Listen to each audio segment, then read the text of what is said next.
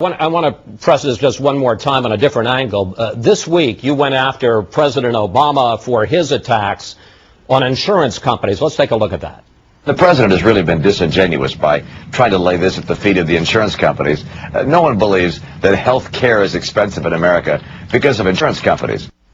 Now, Democrats point out that, in fact, Anthem Blue Cross of California just wanted to raise its insurance rate premiums in California by 39%. They pulled it back only under pressure. And there's a new report. You, of course, know the markets.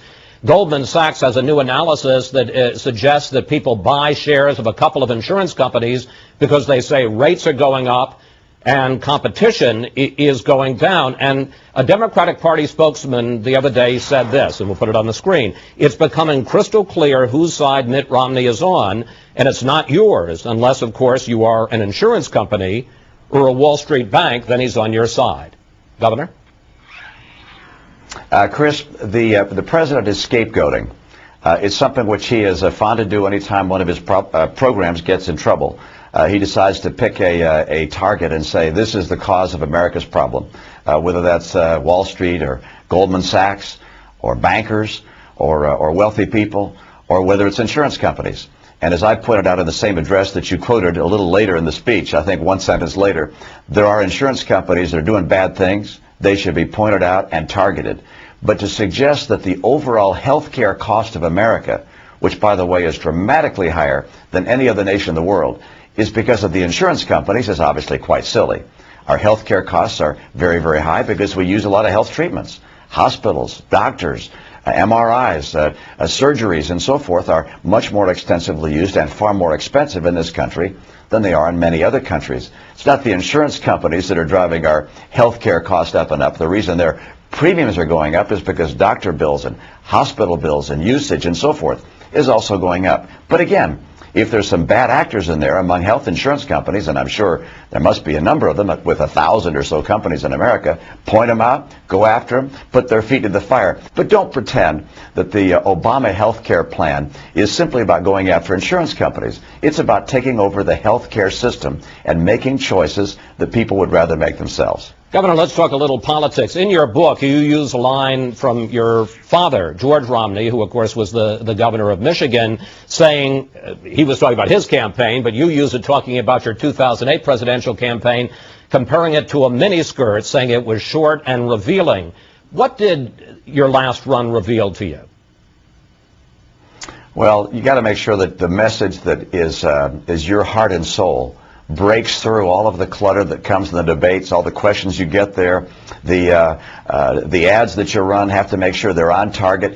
I think most people who run for office felt the way I did, which is that what they really wanted to say, what they really wanted to communicate was not exactly what came through. That's one of the advantages of writing a book, is that you get the chance to really lay out what you're really concerned about. And frankly, I'm very, very concerned that America is on a severely wrong track, that if America doesn't change course, that we're going to kill the American dream for our kids and our grandkids, that we're going to get surpassed by other nations. And that's why I wrote the book, which is to lay out precisely what I think we have to do in everything from energy, education, taxes, deficit spending, the debt we've racked up through our entitlements. We're going to have to make some dramatic changes in America, or we're going to find ourselves being weakened. And this president is not doing that job. He's not taking the action that needs to be taken to make America strong in the face of the kind of challenges we have. So a big lesson for me from the campaign, get that message out. If I may, one thing that I noticed in reading your book is you talk at great length and in great detail about foreign policy, the economy, domestic affairs, but there are just 2 paragraphs on abortion, and you barely mention either gun rights or gay marriage. How come? Well, this is a book about what we need to do to strengthen America globally and make sure that our geopolitical position and military position is stronger, and that our economy is able to provide the jobs that we need for the coming century. And our failures in those areas are extreme, and that's why I wrote the book. Other issues, social issues, I don't go into in much depth, in part because there are not a lot of new arguments that I know of to raise in that regard. There are a lot of things I didn't talk about in a lot of depth. Homeland security is another where I barely touch on it, but that's because the focus of this book is on the challenge which a great nation like ours reaches when we're at the pinnacle And when other nations like China and Russia and even the jihadist movement in certain parts of the world of Islam attack America, or in the case of China and Russia, compete with us for global leadership. That's why I focused as I have on the topics I take on. But let me pick up on it in this sense. One of, I think it's fair to say, your biggest problems in 2008 was the fact that you had changed your position on a lot of social issues, gay rights, abortion. And some people questioned whether or not you were a flip-flopper. Are you done being a culture warrior if you decide to go ahead and run in 2012? Well, first I'll take exception. I did change my view on abortion. I did not change my view on same-sex marriage. But that being said, there's no question in my view but that the social issues that this country considers and that are very much in debate today are very important to the nature of America and who we are. And I continue to believe very deeply, as I have in that last campaign described, that marriage must be defended. I think it's under attack. I speak at great length in the book about the importance of marriage prior to children. And I believe that being pro-life is a very important feature of the American culture, and that's something I will continue to defend. Governor, we got less than 2 minutes left.